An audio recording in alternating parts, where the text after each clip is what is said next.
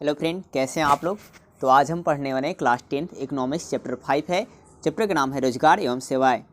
तो आइए जानते हैं कि रोजगार और सेवाएं में इसमें हम लोग जानेंगे वीवीआई सब्जेक्टिव और वीवीआई ऑब्जेक्टिव के बारे में। एक ही वीडियो में हम लोग पूरी बात को देखेंगे। प्लीज़ दोस्तों, आप पहले वीडियो को लाइक और सब्सक्राइब कर दीजिए और ज़्यादा शेयर भी कर दें। अब हमारा पॉइंट है, पहला है बुनियादी सुविधाएं या आधारभूत ढांचा। क्या लिखा है? बुनियादी सुविधाएं या आधारभूत क्या होता है जी? ढांचा। तो ये जो बुनियादी सुविधाएं या आधारभूत ढांचा होती है वो दो प्रकार की होती है। एक होती है आर्थिक आधारभूत संरचना और एक होती है गैर आर्थिक आधारभूत संरचना। एक आर्थिक आधारभूत संरचना होती है और एक क्या होती है? गैर आर्थिक आधारभूत संरचना होती है। तो आपने क्या सुना कि आधारभूत जो ढांचा है या जो संरचना है वो कितनी प्रकार की है? तो दो प्रकार की है, एक आर्थिक और एक गैर आर्थिक। ठीक है, आधारभूत ढांचा जो है एक आर्थिक है और एक गैर आर्थिक है, इतना याद रखना आपको।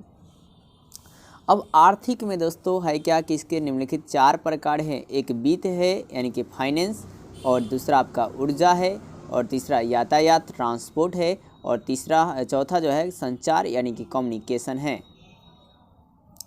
अब वित्त के बारे में दोस्तों जान लेते हैं। जानने से पहले आप पहले देख लीजिए।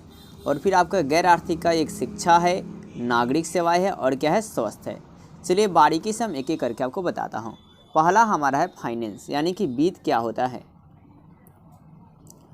तो वित्त की अगर मैं बात करूँ तो वित्त जो आपका होता है दोस्तों, जैसे कि फाइनेंस की काम करते हैं, जैसे बैंकिंग क्षेत्र ले लीजिए, बैंकिंग आ जाएगा वित्त क्षेत्र में, बैंकिंग हो जाएगा। फिर अन्य सरकारी जो वित्तीय जितने भी क्षेत्र हैं, सरकारी वित्तीय क्षेत्र, वित्तीय मतलब ऋण जो प्रदान करती है। ठीक है, तो वित्त क्षेत्र में आप क्या फाइनेंस वाला में बैंकिंग क्षेत्र ले लिया और सरकारी वित्तीय क्षेत्र को भी रख सकते हैं। दूसरी हमारी बात थी ऊर्जा यानी कि एनर्जी। तो ऊर्जा दोस्तों मोस्टली जो है किससे प्राप्त होता है? कोयला से प्राप्त होता है, पेट्रोलियम से प्राप्त होता है। ठीक है, तो ये सब किस में आ जाएंगे? ऊर्जा में आ जाएंगे। कोयला आ जाएगा, पेट्रोलियम आ जाएगा। अब है यातायात, तीसरा हमारा था यातायात। तो यातायात की अगर आप बात करें तो इसमें ट्रांसपोर्ट में आप ले सकते हैं, रेल ले सकते हैं, मतलब खुद सोच के ले सकते हैं। रेल हो गया, सड़क मार्ग हो गया, वायुयान हो गया, जलयान हो गया, इत्यादि हो जाएगा। चौथा था हमारा संचार यानी कि कम्युनिकेशन। तो संचार के बारे में क्या लिखेंगे? जो संचार जैसे कि आपका हो गया डाक सेवा हो गया। ठीक है, पहली बार तो ये स्टार्ट हुआ था। फिर आपका तार सेवा हो गया, दूसरा आपका टेलीफोन हो गया। तो ये सब किस में आ गए? संचार में आ गए। ठीक है दोस्तों, अब तो हमारा गैर आर्थिक वाला देख लेते हैं।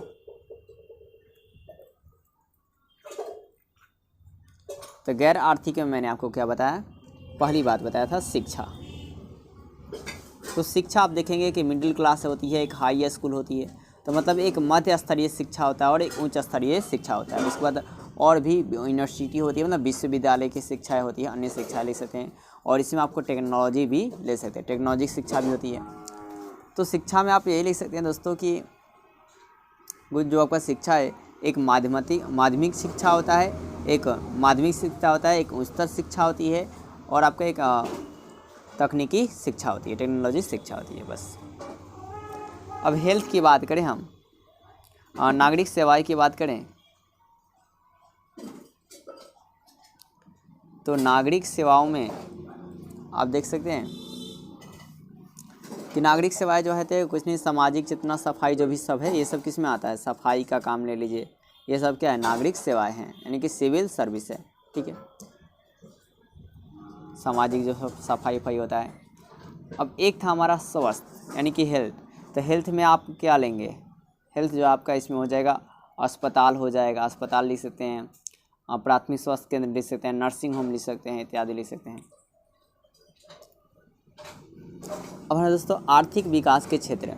तो आर्थिक विकास के मुख्य रूप से कितने क्षेत्र हैं? तो 3 क्षेत्र हैं। एक कृषि क्षेत्र है, एक उद्योग क्षेत्र है, और सेवा क्षेत्र है। मतलब इन तीनों क्षेत्रों से आपका मतलब आर्थिक विकास होता है। ठीक है, मतलब पैसे मिलती है और उस पैसे से आर्थिक विकास होती है।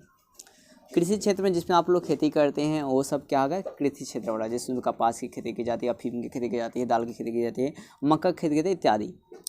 उद्योग क्षेत्र में आप अनेक प्रकार की वस्तुओं का विनिर्माण किया जाता है, जैसे कि जहाज बनाया जाता है, रेल की पट्टी बनाई जाती है, रेलवे के डिब्बे बनाए जाते हैं, सड़क के मार्ग पर चलने वाली गाड़ियों को बनाया जाता है इत्यादि। ठीक है। सेवा क्षेत्र मतलब जो सिविल आता है, और इस सर्विस सेक्टर भी कहते हैं इसको। और सेवा क्षेत्र का दोस्तों इसको कितने भागों में बांटा गया था? दो। ये एक सरकारी सेवा क्षेत्र होता है, एक गैर सरकारी सेवा क्षेत्र होता है। तो दोस्तों पहली बात है कि सरकारी सेवा क्षेत्र, ठीक है, ये BVI है। ठीक है।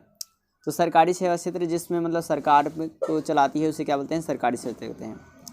यानी कि जिस क्षेत्र को सरकार के द्वारा स्थापित किया जाता है उसे सरकारी सेवा क्षेत्र कहते हैं। जिस सेवा क्षेत्र को सरकार द्वारा स्थापित करते हैं उसे क्या कहते हैं? सरकारी सेवा क्षेत्र कहते हैं।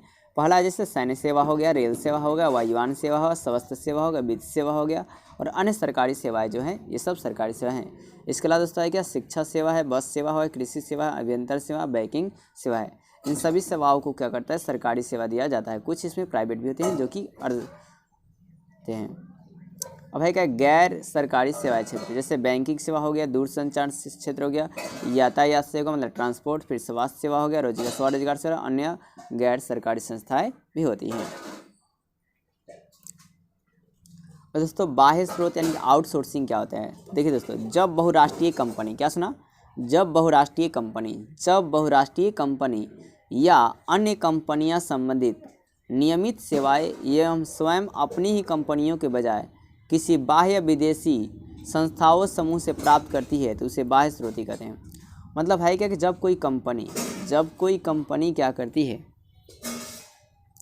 कि अपनी कंपनियों के बजाय दूसरी संस्थाओं से कुछ प्राप्त करती है तो उसे हम क्या बोलते हैं? बाह्य स्रोत, आउटसोर्सिंग कहा जाता है। मतलब अपने एरिया से ना लेकर दूसरे एरिया से खरीदा जाता है तो उसे कहा जाएगा आउटसोर्सिंग कहते हैं। तो मानव पूंजी के प्रमुख घटक क्या है? तो मानव पूंजी के प्रमुख घटक है भोजन आपका है, आवास है मतलब रहने वहने का, फिर शिक्षा है एजुकेशन यानी कि, और क्या है दोस्तों? वस्त्र है, और क्या है आपका? स्वास्थ्य यानी कि हेल्थ है। अब है दोस्तों बीमारू राज्य किसे कहा जाता है? तो बी का मतलब यहाँ पर बिहार है, और MA का मतलब मध्य प्रदेश है, और R का मतलब राजस्थान, और U का मतलब उड़ीसा है। तो बीमारू राज्य कौन सा है? तो बिहार भी है, मध्य प्रदेश है, राजस्थान और क्या दोस्तों? उड़ीसा है। और सबसे गरीब राज्य दोस्तों बिहार को माना जाता है। अब कुछ दोस्तों VVI ऑब्जेक्टिव देख लेते हैं। अब है क्या? आर्थिक विकास का तीसरा क्षेत्र। आर्थिक विकास में तीसरा क्षेत्र जो है वो क्या होता है दोस्तों? तो सेवा क्षेत्र है। क्या होता है? सेवा क्षेत्र, सर्विस सेक्टर आता है। ठीक है। मानव पूंजीवादी के प्रमुख कितने घटक हैं? ये हमारा सवाल है। तो चलो आप लोग कमेंट करके बताइए कि मानव पूंजीवादी के प्रमुख घटक कितने होते हैं। तो कितने होते हैं दोस्तों? 5 होते हैं। मानव पूंजीवादी के प्रमुख घटक कितने होते हैं? तो 5 होते हैं। कितने होते हैं? 5 होते हैं। कौन कौन होता है? तो मैंने बताया कि भोजन होता है, वस्त्र होता है, आवास होता है, स्वास्थ्य होता है, शिक्षा होता है। अभी मैंने जस्ट आपको बताया। फिर दोस्तों बीमारू राज्य कौन है? तो मैंने आपको बताया कि उड़ीसा भी बीमारू राज्य है, मध्य प्रदेश भी है, बिहार भी है। ठीक है। लेकिन कर्नाटक बीमारू राज्य नहीं है। तो हमारा आंसर क्या होगा? घ। और दोस्तों ग। सेवा गैर सरकारी कौन सी है? गैर सरकारी सेवा कौन सी है? ठीक है दोस्तों। तो गैर सरकारी सेवा जो है कौन सा है? तो सैन्य सेवा ये तो सरकारी है, वित्त सेवा भी सरकारी है, रेल सेवा भी सरकारी है, लेकिन मॉल सेवा क्या होता है दोस्तों? ये गैर सरकारी होते हैं। ऊर्जा का प्रमुख स्रोत क्या है? तो ऊर्जा का प्रमुख स्रोत कोयला भी है, पेट्रोलियम भी है, विद्युत भी है, यानी कि इनमें से क्या हो जाएगा दोस्तों? सही हो जाएगा। अब कुछ दोस्तों इसके अलावा भी इंपॉर्टेंट है, तो वो हमारा बिहार बोर्ड का MCQ था। और दोस्तों अब जो पूछे गए एग्जामों में है उस देख लेते हैं। दोस्तों पूछा हुआ एग्जाम में है वो बीमारू राज्य ही कौन सा है? तो मैंने आपको बताया कि कर्नाटक जो बीमारू राज्य नहीं है। और आर्थिक में तीसरा क्षेत्र कौन सा है? तो सेवा क्षेत्र है, ये आप याद रखेंगे। अब बिहार संपन्न क्या है? तो बिहार जो है दोस्तों कृषि से संबंधित है।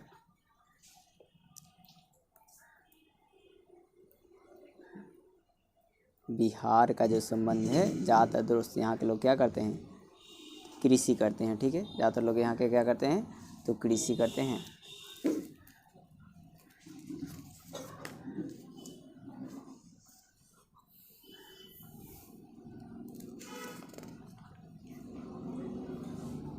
मानव पूंजी के प्रमुख घटक क्या होता है दोस्तों? तो मानव पूंजी के प्रमुख घटक जो है मैंने आपको बताया कि स्वास्थ्य होता है, शिक्षा होता है, आवास होता है, तो इसमें क्या होगा, सभी हो जाएगा। ठीक है।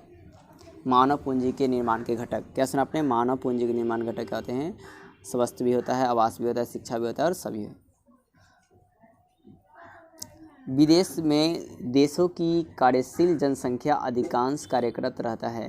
दोस्तों सेवा क्षेत्र में, विदेश में जो कार्यशील जनसंख्या का अधिकांश भाग या विकसित देशों में, क्या सुना आपने, विकसित देशों में जो वर्क होता है ज़्यादातर किसका होता है, तो सेवा क्षेत्र का होता है। दोस्तों किसका होता है, सेवा क्षेत्र का होता है। विकसित देशों में जो काम है ज़्यादा किसका है, सेवा क्षेत्र का है।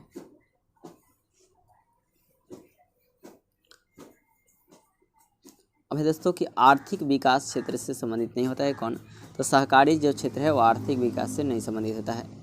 सहकारी क्षेत्र क्या होते हैं, आर्थिक विकास से संबंधित नहीं है। आर्थिक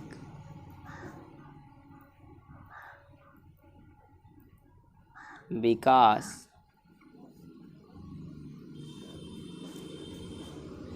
से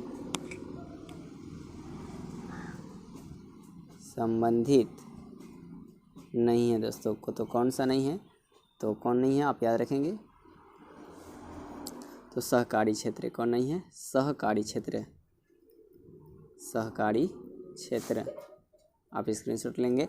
आर्थिक विकास से संबंधित कौन सा नहीं है, तो सहकारी क्षेत्र नहीं है।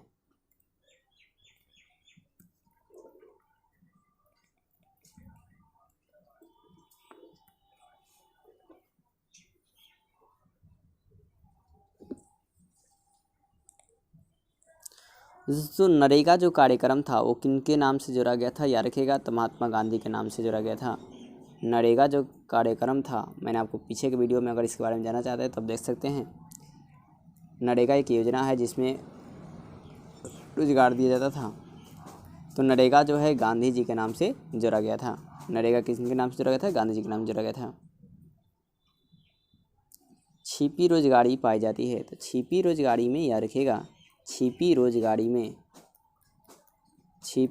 में क्या पाई जाती है, तो कृषि क्षेत्र में होता है। छिपी रोजगारी किस में होता है, कृषि क्षेत्र में, कृषि क्षेत्र में होता है। छिपी रोजगारी किस में होता है, कृषि क्षेत्र में होता है।